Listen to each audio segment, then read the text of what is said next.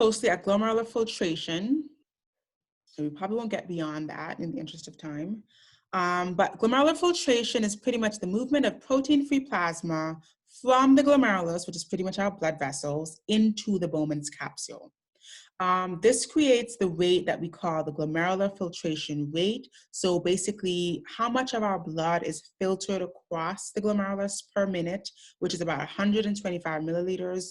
And we can also look at this in the terms of how many liters is filtered per day, and that's about 180 liters per day. So a significant chunk of our cardiac output is always being filtered across the glomerulus to make urine. This is why we're always making urine. This is why we're always passing urine, because we're always filtering our blood through the kidneys and detoxifying, reabsorbing, and excreting waste. Now, the blood, the plasma essentially must cross 3 barriers before it enters the Bowman's capsule. It's going to go across the capillary, the fenestrated capillary. It's going to go across the basement membrane of the fenestrated capillary, so of the endothelial cells, those blood vessels that make up the glomerulus. And then it's also going to go across the visceral layer of the Bowman's capsule, okay?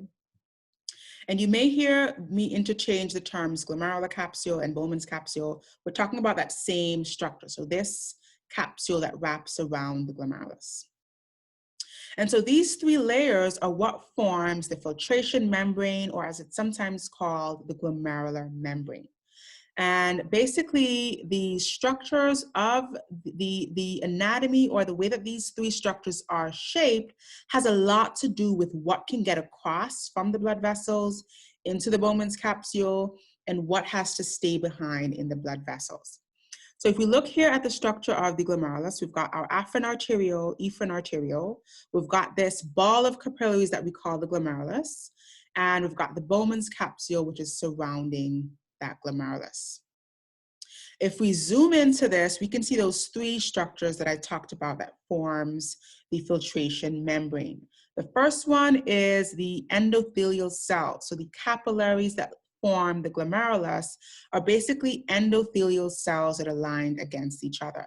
And these are fenestrated types of capillaries.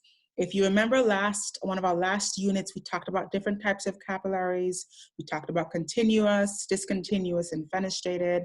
And we made a note that fenestrated capillaries have these kind of moderately sized pores that facilitate the movement of larger particles, as well as facilitate the faster or the rapid transmission of particles across. And so that's the unique job of the fenestrated capillaries in the glomerulus. The second layer is formed by the basement membrane of those endothelial cells. Remember, this is a epithelial lining. It's going to have a layer of cells as well as a basement membrane. And then the third layer is going to be the epithelial cells of the Bowman's capsule, right? So these are the epithelial cells of the Bowman's capsule. And now these cells are very unique in their shape. They have what's called these podocytes, and podocytes pretty much mean foot processes. That's what the word translates to. Or basically these pores or these slits, kind of, we can see them here, that are creating this sieve-like appearance of the Bowman's capsule. So it's basically acting like a filter. So think about a colander that you would drain your pasta in, or think about a sieve that you would kind of sieve or sift flour or something in.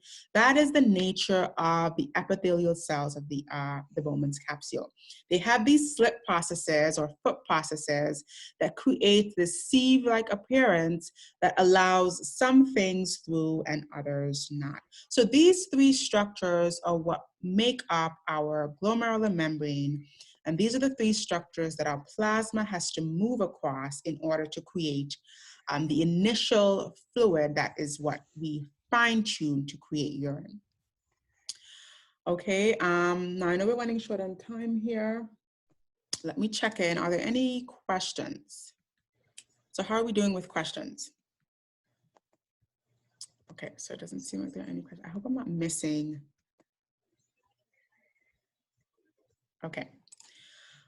So I won't go any further just because we're going to get into Starling forces, and that's really a review from what we talked about with Starling forces of the cardiovascular system. So that's what we'll get into next time, and a few calculations. But make sure that going forward, you have a clear understanding of the structure of the nephron. That's going to be really important to understanding what area of the nephron is responsible for what function. So far, we looked more closely at the structure of the glomerulus and how filtration is brought about. And then we're going to look closely at those Starling forces, which help to bring about that movement of particles across the glomerulus. All right, okay. I think I do have a few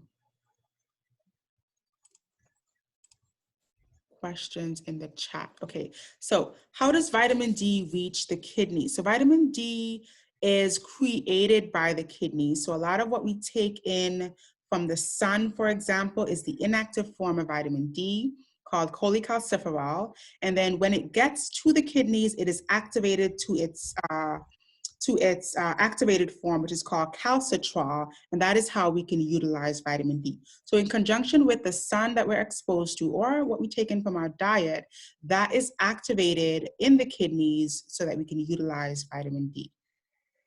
That's a good question. Another question is, so the glomerulus is just a structure in the kidneys.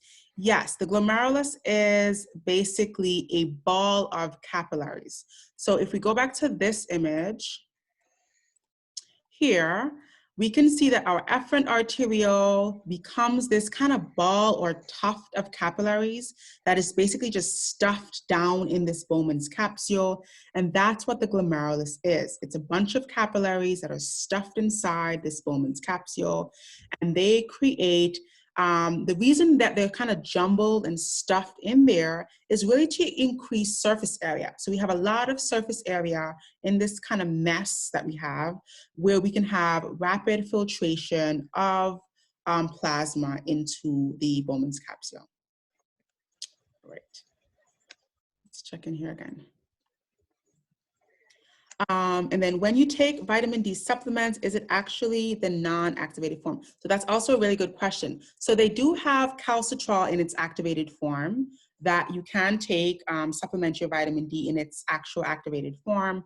But what we take in from our diet and what we take in from the sun, like in foods that we eat, is the inactivated form, and that has to be activated via the kidneys. But if you take supplements that are like gel capsules, and they're usually in kind of a liquid, kind of an oil capsule. That's because vitamin D is one of those fat-soluble vitamins, so it absorbs better in an oil format. And that is usually the